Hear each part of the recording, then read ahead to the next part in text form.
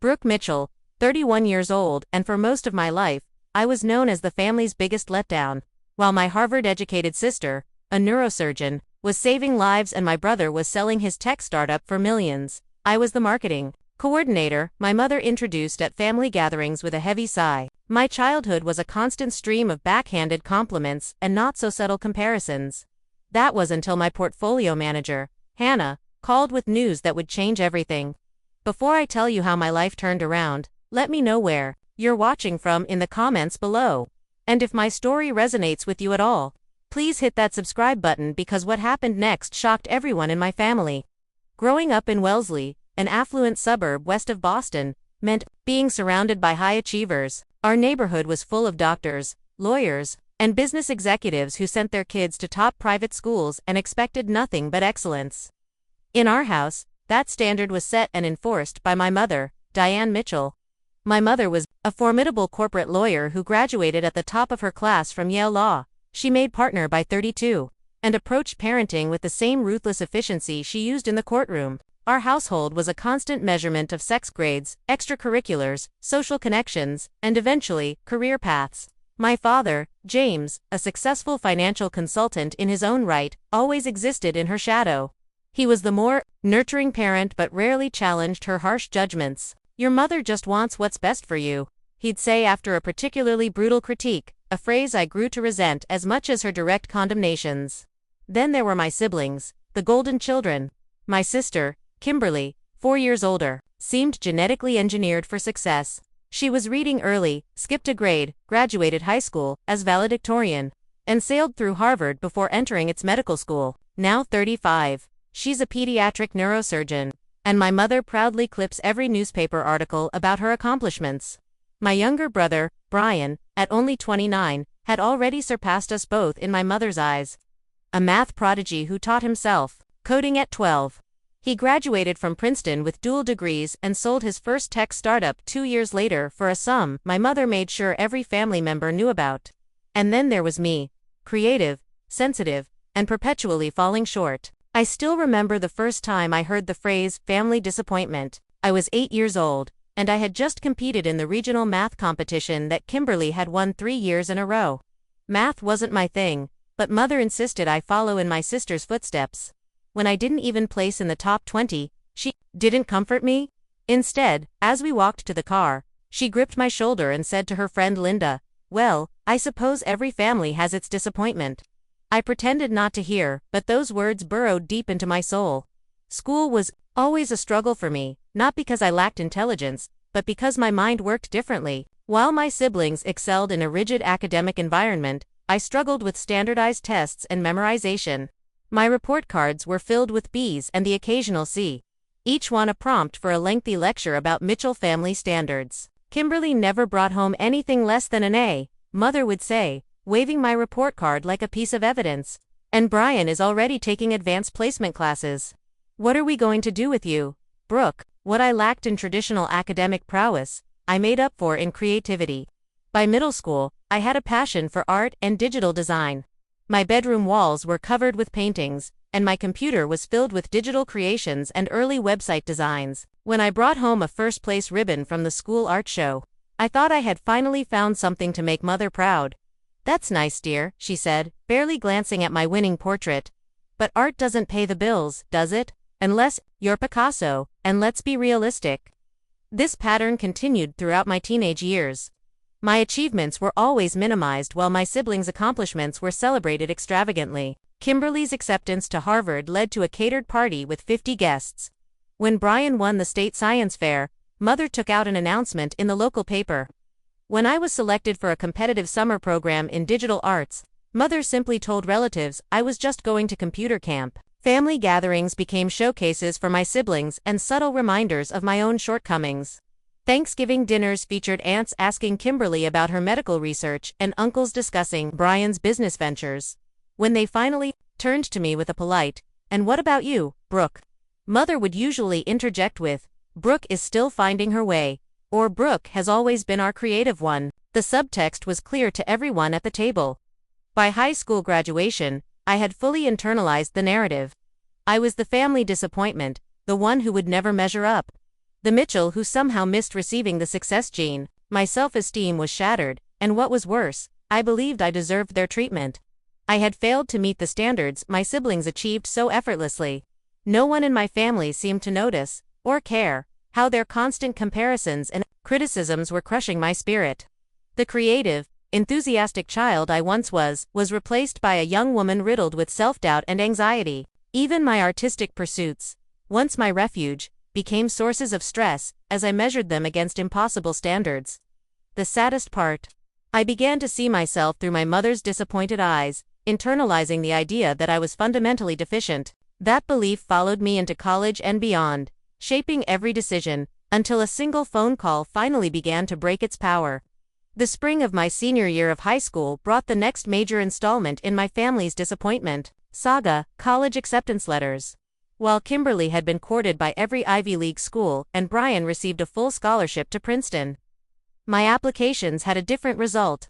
Yale, Harvard, and Princeton mothers' top choices sent polite rejection letters. I was waitlisted at Cornell but ultimately not accepted. The University of Massachusetts, Boston, my safety school, welcomed me with open arms. When Mother saw the letter, her lips thinned into a barely visible line. "Well," she said, sliding the acceptance letter back across the kitchen counter, "I suppose UMass is fine for now.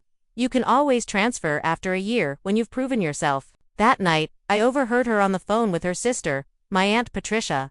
"No, not the flagship campus, just Boston. It's practically a community college. I don't know what went wrong with Brooke. We gave her all the same advantages as the others." Despite Mother's dismissal, I found my undergraduate years surprisingly liberating. Away from the constant comparisons at home, I began to discover who I really was. The UMass Boston campus was diverse, filled with students from various backgrounds. For once, I wasn't surrounded by carbon copies of my high-achieving siblings. During my sophomore year, I discovered my passion for digital marketing and multimedia design. The blend of creativity and strategic thinking suited me perfectly. I excelled in my marketing courses, making the dean's list for the first time. When I called home with the news, Mother's response was tepid. "That's nice, honey. Did you know Kimberly just co-authored a paper in the New England Journal of Medicine?" I declared my major in marketing with a minor in graphic design, choices Mother dismissed as playing on computers all day. When I tried explaining the growing importance of digital marketing, she cut me off. "Brooke, people in our family are doctors, lawyers, and entrepreneurs. They don't make pretty pictures for social media. But I suppose someone has to do those jobs, too." By senior year, I had secured an internship at a boutique marketing agency in Boston, which led to a job offer upon graduation. The starting salary was modest but respectable for an entry-level position. At my graduation dinner, Mother managed what she probably thought was a compliment. "Well, at least you finished something," she said, raising her wine glass in a toast. "That shows perseverance, and marketing is practical, I suppose." My first few years in the workforce brought new opportunities for family judgment. At every holiday gathering, the same pattern emerged. Kimberly would discuss her latest surgical innovation. Brian would mention his growing company's valuation. Then attention would reluctantly turn to me. "Brooke is working at what's the name of that little marketing company again, dear?" Mother would ask, though she knew perfectly well. "Apex Digital Solutions," I'd answer. "Yes, that's it. She helps with their social media." The dismissive simplification of my role as a marketing coordinator was deliberate and cutting. A Thanksgiving dinner when I was 26 remains particularly vivid in my memory. Uncle Robert asked how everyone's careers were progressing, and Mother seized the opportunity for another public assessment. "Well, 2 out of 3 of my children turned out successful," she said with a laugh that others at the table awkwardly joined. "Kimberly just received a grant for her research, and Brian's company is opening a second office.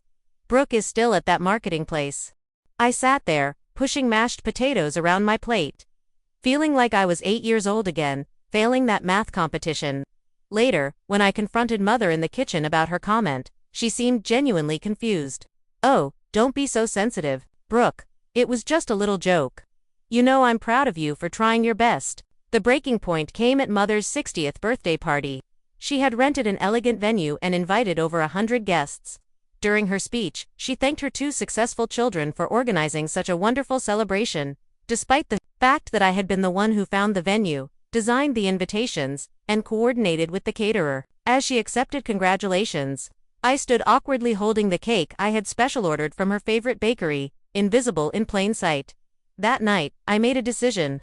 I would limit my contact with my family to the bare minimum necessary to maintain civility. No more subjecting myself to constant judgment and comparisons. No more seeking approval that would never come. The following years were lonely but necessary. I attended obligatory holiday gatherings and occasional family dinners, but I kept conversations superficial and visits brief. I declined weekend invitations and made excuses to miss informal get-togethers. The distance protected me from the worst of the criticism, but also isolated me from any possibility of family support. During this period, my self-doubt peaked. Despite receiving promotions at work and positive feedback from clients, I couldn't shake the feeling that I was fundamentally inadequate. I dated sporadically but sabotaged relationships before they became serious, convinced that anyone who truly got to know me would eventually see the disappointment my family saw. What my family didn't know was that during these years of apparent stagnation, I was quietly setting in motion a plan that would change everything, a plan born from a desperate desire to prove them wrong once and for all. The seed for what I came to call my freedom plan was planted during a difficult period at work. Our agency had taken on a new client, a financial services firm specializing in wealth management for young professionals. As the marketing coordinator assigned to their account, I spent hours immersed in their content, learning about investment strategies, compound interest, and the power of starting early. The concepts fascinated me, particularly the idea that modest but consistent investments could grow substantially over time. Unlike the get-rich-quick schemes that had made my brother a millionaire overnight, this was a path that suited my methodical nature and limited resources. Around this same time, I met Morgan Freeman and, yes, he had heard every joke about sharing a name with a famous actor. Morgan was a new creative director at our agency, brought in to oversee the redesign of several major client websites. In his mid-40s, Morgan had an unusual background. He had worked in finance for 15 years before making a career change to pursue his passion for digital design. We bonded during late nights at the office, finishing client presentations and troubleshooting website issues. When I mentioned my growing interest in personal finance, sparked by our wealth management client, Morgan became an unexpected mentor. The thing about money, he told me over coffee one morning, is that it's just a tool. Most people never learn how to use it properly. They either worship it or waste it. The smart ones make it work for them.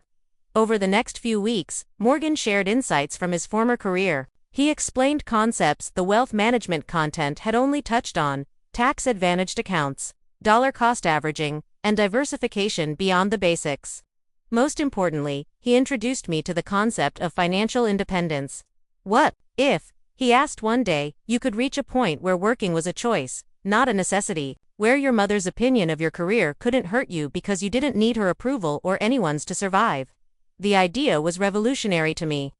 I had always seen money as something I needed to earn through work, not something that could eventually work for me. The possibility of financial autonomy represented something I desperately craved: freedom from judgment. With Morgan's guidance, I developed what we called my 5-year freedom plan. The first step was opening investment accounts, a 401k through work, a Roth IRA for tax-advantaged growth, and a standard brokerage account for additional investments. I had saved about $12,000 over my working years, not impressive by my family's standards, but it was a start. Morgan helped me research investment options that aligned with my risk tolerance and time horizon. Unlike my brother's high-risk ventures, I chose a more balanced approach: low-cost index funds for stable growth, a carefully selected handful of established companies with strong fundamentals, and a small percentage allocated to higher-risk investments with greater growth potential.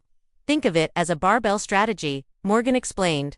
Most of your money is in solid, proven investments that will grow steadily over time. A small portion is in higher-risk, higher-reward opportunities. You don't need all of those to pay off, just one. To accelerate my savings rate, I made 2 significant life changes. First, I moved from my reasonably comfortable apartment to a tiny studio in a less desirable neighborhood, cutting my rent by nearly 40%. Second, I started a side hustle, developing websites for small local businesses. Using the skills I had gained at work to earn extra income on evenings and weekends, my new lifestyle was Spartan by necessity. I sold my car and relied on public transportation. I cooked at home instead of eating out. I bought clothes secondhand or waited for significant sales. Every dollar saved went into my investment accounts, split according to the strategy Morgan and I had developed. When my mother saw my new apartment during a rare visit, her horror was evident. "Brooke, this is practically a closet. There isn't even room for a proper sofa. Is this really necessary? Your father and I could help if you're struggling this badly." I didn't tell her that my bank account balance was actually growing, not shrinking. I didn't explain that my frugal lifestyle was a choice, not a result of failure. Instead, I simply said, "I'm comfortable here. It suits my needs." She left shaking her head, no doubt adding this to her mental list of my disappointments. Later that week, she sent me a check for $5,000 with a note saying, "For a better living situation." I deposited the check and put the entire amount into my investment accounts. My siblings were equally dismissive of my lifestyle choices. Brian, flush with cash from his successful startup, couldn't understand why I lived so frugally. "You need to take more risks, Brooke," he advised during one of our infrequent phone calls. "Playing it safe in a marketing job is fine, but you'll never get ahead that way. You should let me invest some money for you." Kimberly, to her credit, was less judgmental but equally misguided. "I worry about you," she said. "All work and no play. When's the last time you took a vacation or bought yourself something nice? Life isn't just about saving pennies." What none of them knew was that I had a regular standing appointment with Hannah Watson, a portfolio manager at the investment firm I'd opened my accounts with. Every quarter, Hannah and I would review my portfolio's performance, make adjustments as needed, and update my investment strategy based on market conditions and my growing knowledge. Hannah became something of a confidant, one of the few people who knew the full extent of my financial activities. She understood my motivation, not just building wealth but claiming independence, and respected my methodical approach. Most clients your age either ignore their investments entirely or check them obsessively, making emotional decisions, she told me during one of our meetings. "Your consistency is remarkable." 3 years into my 5-year plan, my portfolio had grown substantially. The bull market had certainly helped, but my disciplined approach and diverse investments were the real factors in my success. One particular investment, $5,000 placed in a promising AI education startup that Morgan had heard about through his network, was showing especially impressive gains as the company expanded rapidly. Through it all, I maintained absolute secrecy about my growing net worth. At family gatherings, I continued to be the marketing coordinator with a tiny apartment and modest lifestyle. I endured the pitying looks and backhanded compliments, listened as mother introduced Kimberly and Brian to her friends with pride and me as an afterthought. The Freedom Plan had become my secret strength. Each dismissive comment or comparative slight now bounced off a growing shield of financial confidence. I wasn't just saving and investing money. I was buying myself options, creating choices my family didn't know existed. Then came the Monday morning that changed everything. It started as a typical Monday. I woke at 5:30 a.m., completed my morning workout, and prepared for the day ahead. The weekend had included a mandatory family dinner celebrating Brian's latest business venture, a new app that had secured significant second-round funding. The evening had featured the usual parade of my siblings' accomplishments and subtle digs at my career stagnation. As I stirred almond milk into my coffee, I was already mentally preparing for a busy workday. We were launching a major campaign for a new client, and I had a presentation to finalize before the 10 a.m. meeting. I was reviewing my notes when my phone rang. The screen displayed Hannah Watson's name, which was unusual. Our quarterly meeting wasn't scheduled for another 3 weeks. "Hannah, good morning," I answered, immediately concerned. "Brooke, I'm glad I caught you before work. Is everything okay?" Hannah's voice had an unusual quality, controlled excitement. "Do you have a minute to talk? This isn't something that should wait." My stomach tightened. Despite the overall growth of my portfolio, I had always feared a market crash or some catastrophic investment failure would derail my carefully constructed plan. "What's wrong? Has something happened to my accounts?" "Nothing's wrong," Hannah replied, and I could hear the smile in her voice. "Actually, something's very right. You remember that education technology startup you invested in about 2 years ago? Of course. It had been one of my high-risk investments, Based on Morgan's recommendation, I had put $5,000 into the company when they were still in early growth stages. They're being acquired. The deal was just announced internally to shareholders before the public release later today. Google is buying them for their adaptive learning algorithm. That's good news, I said, unsure why this warranted an early morning call. Brooke, it's exceptional news. Based on the acquisition price, your $5,000 investment is now worth approximately $457,000. And that's just the cash portion. There's also a stock component that could increase the value further depending on Google's share price. At her words, my coffee mug slipped from my hand, splashing hot liquid across the kitchen counter. I barely noticed, $457. My voice sounded distant, as though someone else was speaking. That can't be right. I triple-checked the figures before calling you, Hannah said. With this windfall, combined with your other investments, your total portfolio value has just crossed the seven-figure mark. Brooke, you're officially a millionaire. I sank onto a kitchen stool, my legs suddenly unable to support me.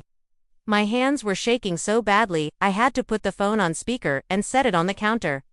I need to see the numbers, I managed to say. This doesn't seem real. I'm sending you the detailed breakdown right now, Hannah replied. You'll need to sign some paperwork regarding the acquisition. There are tax implications we should discuss, and we'll want to develop a strategy for reinvesting the proceeds. But Brooke, take a moment to let this sink in. This is the result of your consistent discipline and willingness to take calculated risks. After hanging up, I sat motionless in my tiny kitchen, surrounded by secondhand furniture in an apartment my mother deemed barely habitable. Trying to process what had just happened, the notification sound from my phone jolted me back to reality. Hannah's email contained the confirmation I needed, spreadsheets, official documentation, and a personal note of congratulations. The numbers were real. My net worth, previously hovering around $200,000 after 3 years of aggressive saving and fortunate market timing, had quintupled overnight. My first call was to Morgan. Despite having moved to a different agency the previous year, he remained my trusted advisor and one of the few people who knew about my freedom plan. Holy Brooke, he exclaimed after I shared the news. I knew EDUI had potential, but this is beyond what anyone expected. We need to celebrate. Dinner tonight, my treat. Anywhere you want. Through my shock, a question formed. What do I do now, Morgan? I wasn't expecting to reach my financial goals for at least another few years. That's the beautiful part, he said. You get to decide. Your original plan has accelerated, but the principles remain the same. Financial independence means choice. What do you want to do with this freedom? What did I want? The question reverberated through my mind as I somehow made it through my workday, functioning on autopilot while internally processing my new reality. I sat through the client presentation, responded to emails, and attended a team lunch, all while carrying a secret that felt too enormous to contain. That evening, over dinner at a restaurant far nicer than my budget usually allowed, Morgan and I discussed practical next steps, setting up meetings with a tax professional, considering more diversified investment strategies for the windfall, and exploring the possibility of purchasing a home instead of renting. What about your family? Morgan asked as we finished dessert. Are you going to tell them? The question struck at the heart of my uncertainty. Part of me wanted to rush to my mother's house and lay out bank statements and portfolio summaries on her perfectly polished dining table. See, I'm not a disappointment after all. I've achieved something even Brian hasn't. Financial independence before 35. But another part, perhaps the wiser part, recognized that financial validation wasn't the same as emotional healing. Would my mother's approval, finally earned through monetary success, actually fill the void her lifelong disappointment had created? Or would it simply reinforce the toxic idea that my worth was measured by financial metrics? Not yet, I finally answered. I need time to process this myself before dealing with their reactions. In the days that followed, I met with Hannah and other financial professionals to ensure my sudden wealth was properly managed. I began researching condominium options in Boston's Back Bay neighborhood, not to impress anyone, but because I genuinely liked the area and wanted the stability of owning my own home. At work, I maintained my normal routine, though with a newfound sense of calm. The constant anxiety about measuring up, about proving myself, had been replaced by something unfamiliar: confidence, not arrogance, but the quiet certainty that I had options. I could stay in my current position because I chose to, not because I had no alternatives. For nearly 3 weeks, I kept my financial transformation completely private, telling no one besides Morgan and my financial advisors. I wanted to experience this new reality on my own terms before subjecting it to my family's judgment. Then came another family dinner invitation, this one impossible to decline. My mother had reserved a table at Sorellina, one of Boston's most exclusive Italian restaurants, to celebrate Brian's latest business success. The text message made her expectations clear. Dinner at Sorellina this Saturday at 7 p.m. to celebrate Brian's new funding round. Business attire. Everyone will be there. No excuses. I knew then that the time for privacy had ended. The family dinner would be the setting for my revelation, whether I was fully prepared or not. Sorellina gleamed with understated wood, crisp white tablecloths, and soft lighting that flattered its well-heeled clientele. My mother had requested a private dining area, ensuring our family drama would play out with appropriate exclusivity. I arrived precisely on time, having spent considerable effort on my appearance, not in the designer dress Mother would have preferred, but in a well-cut black pantsuit that projected confidence and professionalism. My hair was styled simply, my makeup minimal but precise. I looked competent, successful even, though not in the ostentatious way my mother might have wanted. The Mater D led me to our table where my family was already assembled, mother and father, Kimberly and her neurosurgeon husband, Thomas, Brian, and his girlfriend, Allison, who worked in venture capital. Mother's expression upon seeing me was its usual mixture of mild disappointment and resignation. "Brooke, darling, you made it," she said, rising for the perfunctory cheek kiss. "We were just discussing Brian's latest triumph. The Weinstein Fund has contributed to his Series B funding. $20 million. Isn't that remarkable?" "Congratulations, Brian," I said, taking the only remaining seat at the far end of the table. "That's impressive." Brian launched into a detailed explanation of his company's valuation metrics and growth projections, terminology deliberately technical to emphasize the sophistication of his business acumen. Mother watched him with undisguised pride, occasionally adding commentary like, "Brian always had an eye for opportunity," or "We knew from his first computer programming class that he was destined for tech success." The waiter arrived to take our orders, momentarily pausing the Brian appreciation ceremony. After selecting our meals and a wine that Mother deemed acceptable, the conversation shifted briefly to Kimberly's recent publication in a prestigious medical journal. There, considering her for the Lasting Legacy Award, Mother informed the table, though this was clearly not news to anyone but me, the youngest nominee in the category's history. "Not quite the youngest," Kimberly corrected with practiced modesty, "but certainly among them." Father, who had remained largely silent as was his custom, made a brief attempt at inclusion. "And how are things with you, Brooke? Anything new at work?" Before I could answer, Mother interjected. "Brooke received a promotion recently, didn't you, dear? What was the title again?" "Senior Marketing Strategist," I replied, knowing full well she remembered but chose to minimize it. "Yes, that's it. Moving up the ladder at your little agency." "That's nice." The dismissive tone was familiar, but for once, it didn't sting. The knowledge of what was in my investment accounts provided an invisible shield against her judgment. Brian, never one to miss an opportunity for condescension, masked as helpfulness, leaned across the table. "You know, Brooke, I could always find something for you at my company. Our marketing team is expanding. And with your experience limited as it may be to smaller clients, you might fit in somewhere on the team. Entry-level positions can be stepping stones." "Entry-level," I repeated, an unexpected laugh escaping me. "Brian, I've been in the industry for nearly a decade." "Yes, but corporate marketing for a tech startup is a different animal," he explained with the patronizing tone he reserved for those he deemed less business-savvy. "The pace, the stakes, it's not like running social media campaigns for local businesses." I took a sip of water, using the moment to decide.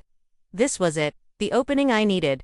The perfect segue had presented itself, and I could feel Morgan's encouraging presence in my mind.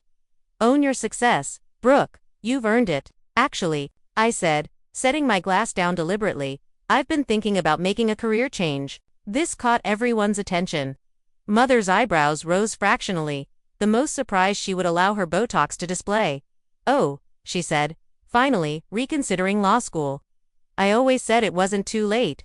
"Not law school," I replied. I'm considering starting my own digital marketing consultancy, focusing on helping small to mid-sized businesses develop comprehensive online strategies. There's a significant market gap there. The table fell silent for a beat too long. Mother recovered first. Brooke, darling, starting a business requires capital, experience with high-level clients, and frankly, a certain business acumen. She glanced at Brian as she emphasized the last point. Perhaps in a few more years, after you've saved and gained more experience. I have the capital, I stated simply. Father frowned. Did you take out a loan, Brooke? In this economic climate? No loans, I interrupted gently. I've been investing for the past 3 years. Quite successfully, as it happens. Brian's interest was piqued. Investments were his territory. What sort of investments? Not those micro-investing apps, I hope. They're basically toys, not serious financial tools. A diversified portfolio, I replied. Index funds, established growth companies, and a few strategic early-stage investments in promising startups. I maintained eye contact with him as I continued, one of which was just acquired by Google. My initial $5,000 investment is now worth over $450,000. The silence that followed was profound. Mother's wineglass stopped halfway to her lips. Father's fork clattered against his plate. Kimberly's eyes widened in genuine surprise. Brian recovered first, skepticism evident in his tone. That's a nearly 100x return. That kind of multiple is extremely rare, even in venture capital. I'm aware, I replied, unable to keep a slight smile from forming. I was fortunate, but it wasn't just luck. I researched thoroughly and took a calculated risk based on solid fundamentals and growth metrics. Brooke, Mother said, her voice carrying a warning tone that suggested I might be exaggerating. Are you certain about these figures? Investment returns can be complicated to calculate correctly. Rather than argue, I reached for my phone, opened my portfolio app, and slid it across the table to her. See for yourself. That's just the brokerage account. There's also my Roth IRA and 401k, which bring my total portfolio value to just over $1.2 million. Mother stared at the screen, color draining from her face as she processed the numbers. Father leaned over to look, his expression shifting from doubt to astonishment. My God, Brooke, he whispered. This is extraordinary. Mother passed the phone to Brian, who scrutinized it with the intensity of someone searching for evidence of fraud. Finding none, he handed it back to me, his expression unreadable. Well, Mother said finally, reaching for her usual control. I suppose you always had your father's head for numbers. It must have just taken longer to manifest in you than in Brian. The familiar attempt to rewrite history to claim my success as somehow resulting from family traits rather than my own efforts, despite their discouragement, might once have infuriated me. Now it merely amused me. Before I could respond, Father did something unprecedented. He contradicted Mother. No, Diane, he said firmly. Brooke did this entirely on her own. We never encouraged her financial interests.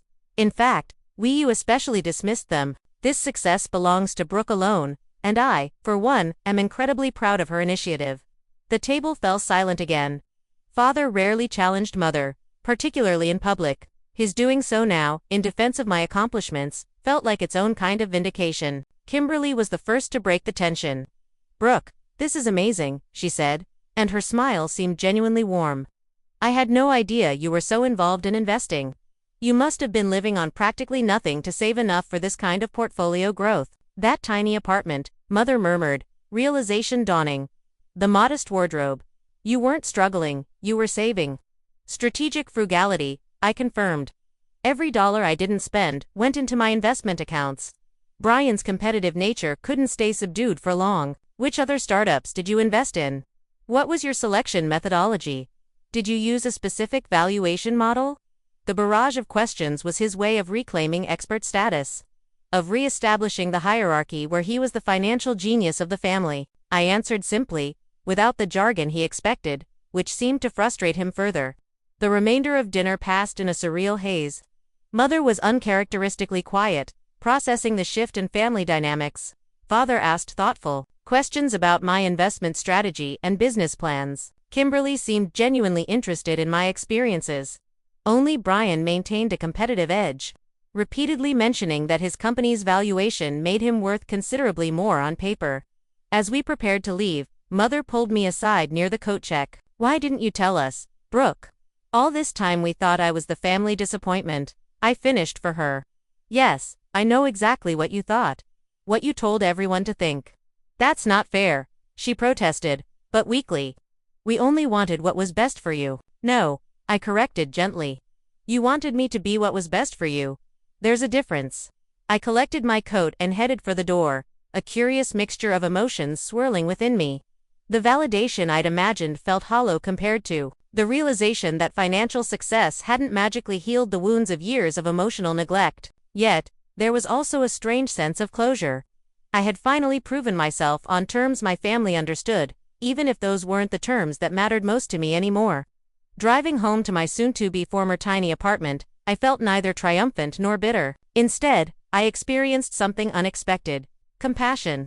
For my younger self who had internalized so much undeserved shame. For my father who had finally found his voice. Even for my mother, whose rigid definitions of success had limited her ability to appreciate her own daughter. The confrontation was over, but the real work of redefining my relationship with my family was just beginning. The aftermath of the Soralina revelation was immediate and overwhelming.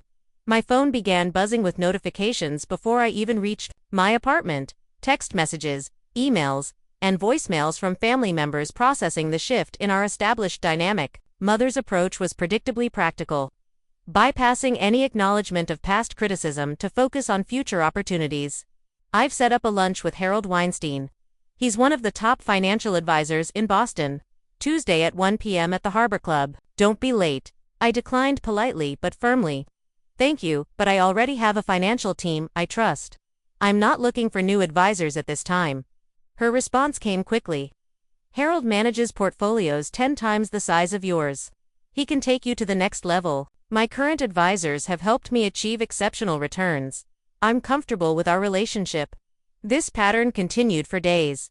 Mother attempting to insert herself into my financial decisions, and me establishing boundaries she had never before encountered from me. It was clear she was struggling to reconcile her long-held view of me as the family disappointment with this new evidence of my success in an arena she respected. Kimberly's approach was markedly different. Her first message was simple. I owe you an apology. Coffee this week. We met at a quiet cafe near Massachusetts General Hospital during her break between surgeries. Unlike our usual interactions, which followed Mother's template of Kimberly sharing her achievements while I listened admiringly, this conversation had a different tenor from the start. I've been thinking about how I've treated you, she said after we had settled with our drinks. Not just recently, but over the years. I never challenged Mother's narrative about you, even when I could see how much it hurt you. I was complicit in that, and I'm truly sorry. Her candor surprised me. You were the golden child, I said. It was a comfortable position. Comfortable, but constraining, she admitted. Do you know how terrified I've always been of failure? One wrong move, one failed surgery, one misdiagnosis, and I'd lose the only identity I've ever had, the successful daughter. At least you got to discover who you really are outside of Mother's expectations. This perspective shift, seeing my struggle as something that had ultimately benefited me while her apparent advantage had its own costs, was a revelation. Over the next hour, Kimberly and I began rebuilding our relationship on a more equal footing, sharing vulnerabilities and hopes in a way we never had as children. Brian's reaction followed a different trajectory. Initially defensive and competitive. My company's valuation is still higher than your portfolio. He gradually shifted to treating me as a potential business resource. We should discuss co-investment opportunities, he suggested during one of his increasingly frequent calls. I have access to deals you wouldn't see otherwise. While I maintained a polite relationship with Brian, I was careful to keep our financial discussions limited. His need to position himself as the more successful sibling hadn't diminished. It had merely adapted to acknowledge me as competition, rather than an afterthought. Father's response was the most surprising and touching. He called me the day after the dinner, his voice carrying an emotion I rarely heard from him. I failed you, Brooke, he said without preamble. I should have stood up for you years ago. I let your mother's intensity dictate how we treated you, and that was wrong. I'm so proud of what you've accomplished, but more importantly, I'm proud of who you are, your resilience, your determination, your integrity. Why now, Dad? I asked, the question that had lingered for years. Why didn't you ever say anything before? His sigh carried decades of regret. The path of least resistance becomes a habit. I told myself I was keeping the peace, but really, I was just avoiding conflict. Watching you stand your ground last night made me realize how much courage I've lacked all these years. This conversation marked the beginning of a genuine relationship with my father, separate from mother's influence. We began meeting for breakfast every other week, catching up on each other's lives and slowly rebuilding the trust that had been damaged by his years of passive enabling. As my family recalibrated to my new status, I focused on implementing the plans I'd been developing. I gave notice at my agency, explaining that I was starting my own consultancy. My colleagues were surprised but supportive, and my boss even became my first client, contracting my new company to handle projects their team was too busy to manage. I purchased a condominium in Back Bay, not the largest or most expensive in the building, but a space that felt both comfortable and reflective of my success. The two-bedroom unit with large windows and a small balcony overlooking the neighborhood was a far cry from my tiny rental.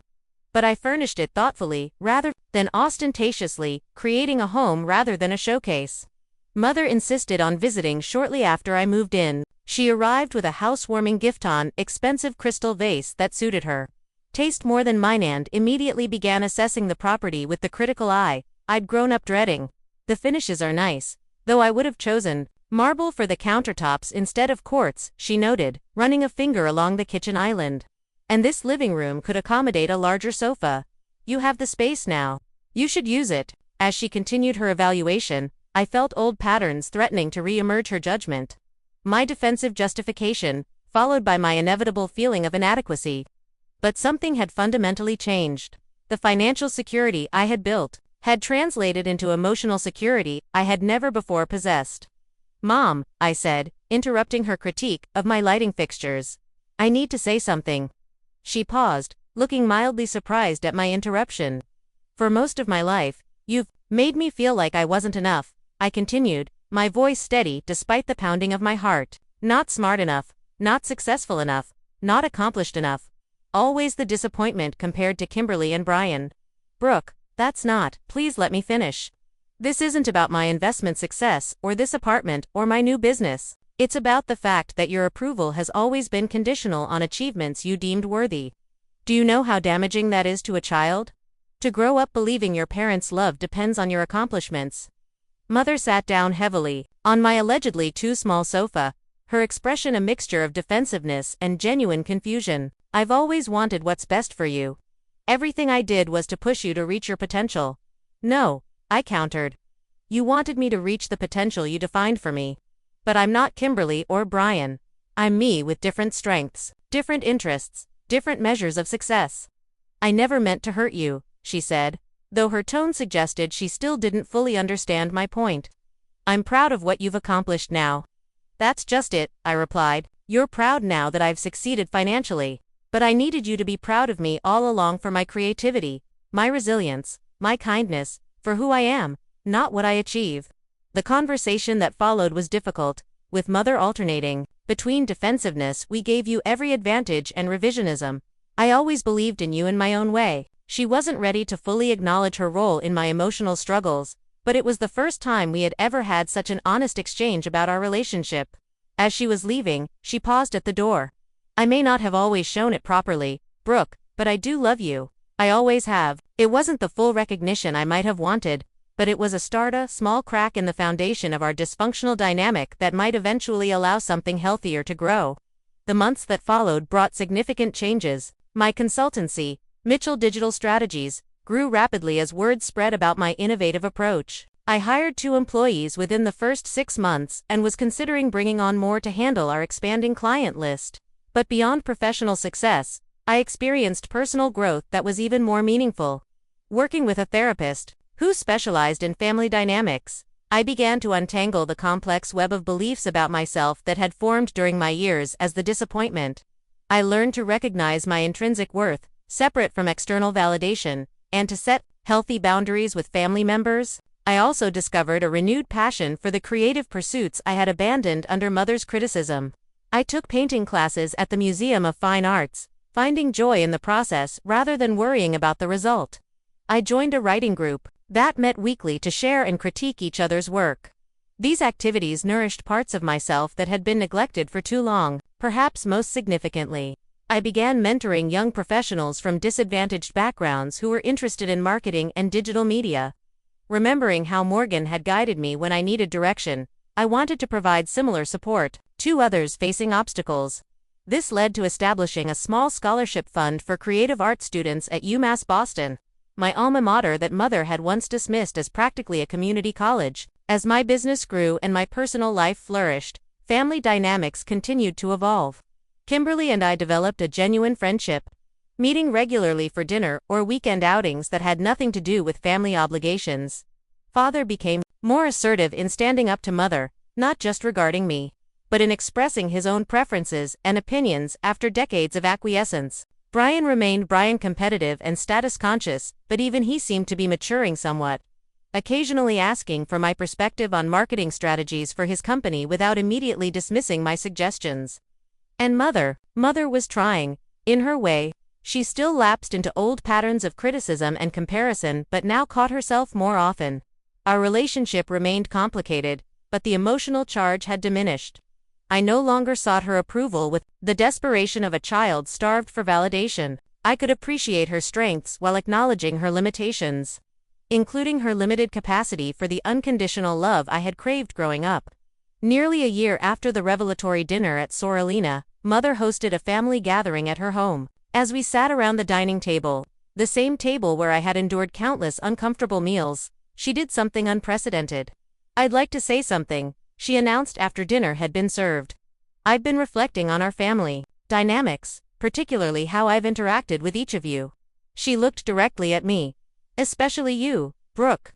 I realize now that I've been unfair in many ways, measuring your success against a very narrow standard. Your path has been different, but no less valid or impressive." The table fell silent. This public acknowledgement from Mother, who never admitted fault, was extraordinary.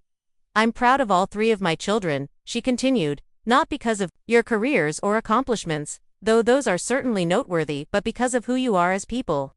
I haven't always expressed that well, and for that, I apologize."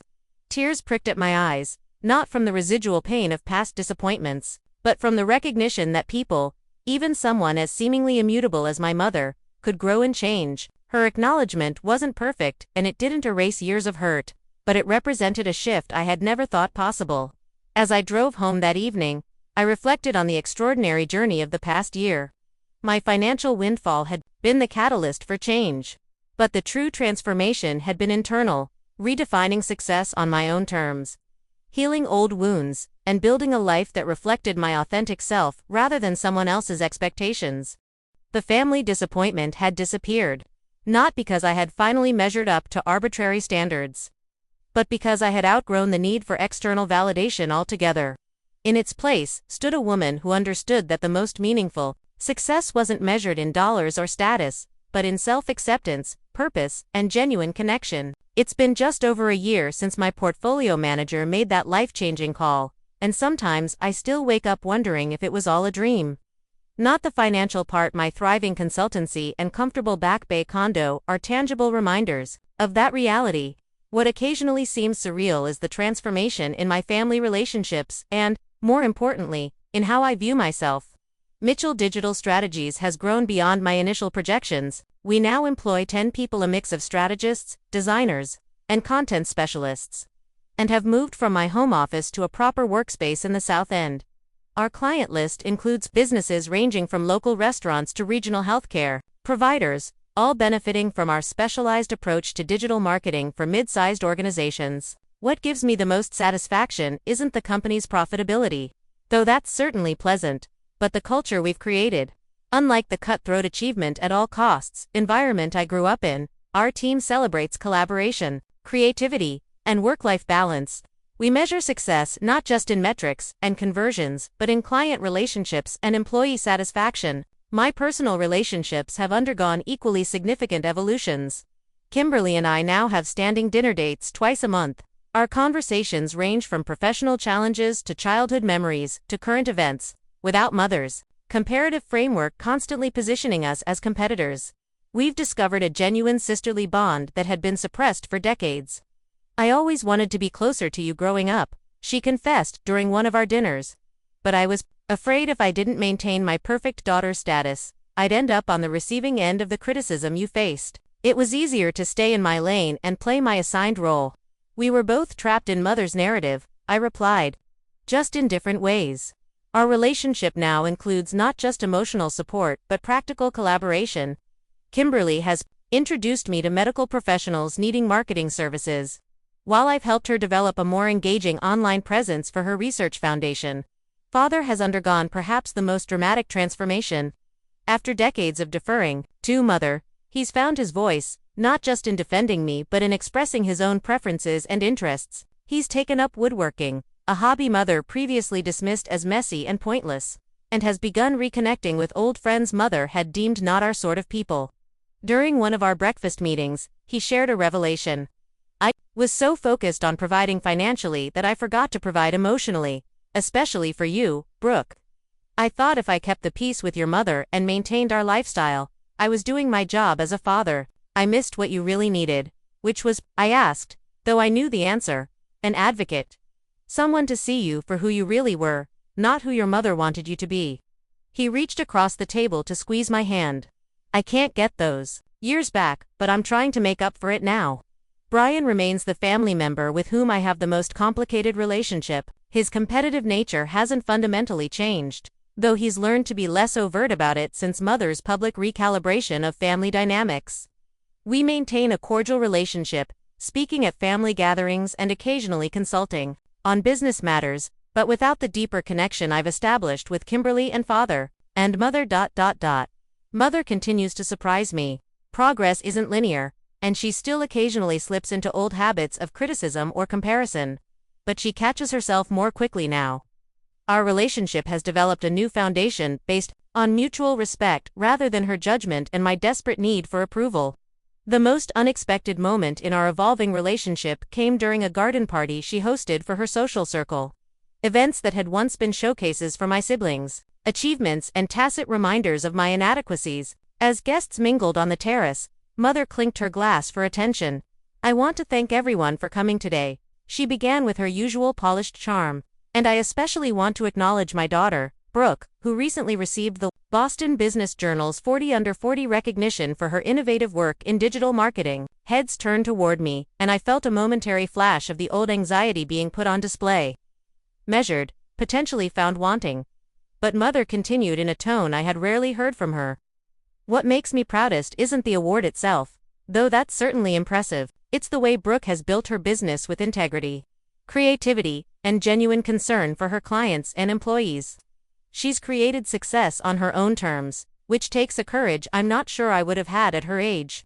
The acknowledgement wasn't just of my professional accomplishments but of the values underlying them, a recognition that my different approach to success had merit on its own terms. Not just because it had ultimately led to financial rewards. It was the closest mother had ever come to saying, I was wrong about you all along. Later, when I thanked her for the unexpected praise, she said something that suggested genuine growth.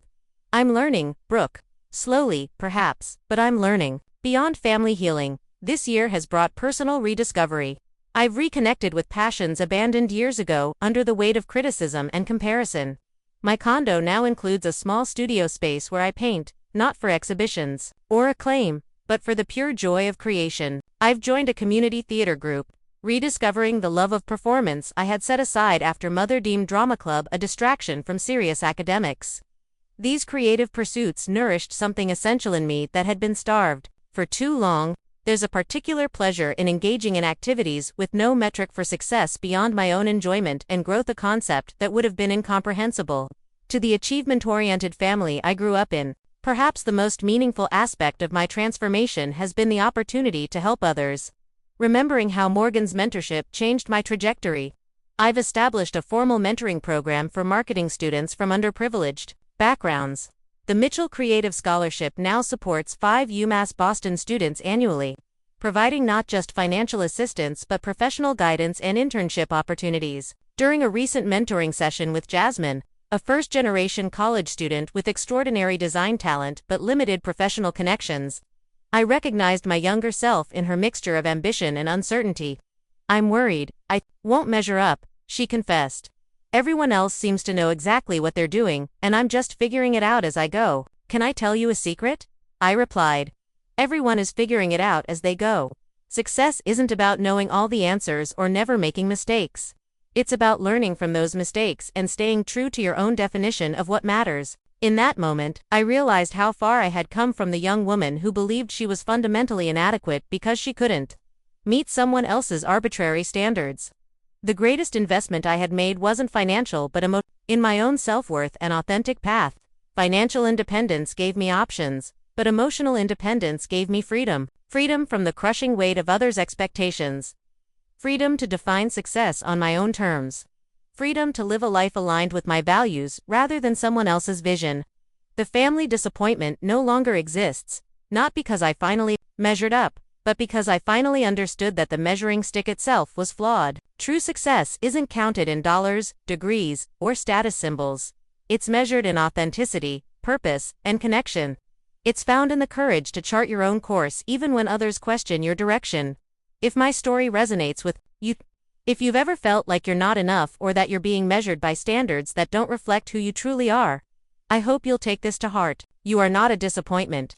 Your path doesn't need to mirror anyone else's to have value. Your worth isn't determined by achievements that can be listed on a resume or displayed on a mantle.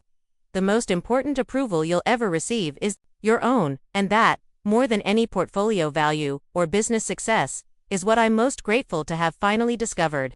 Now, I'd love to hear from you. Have you ever felt pressured to meet someone else's definition of success?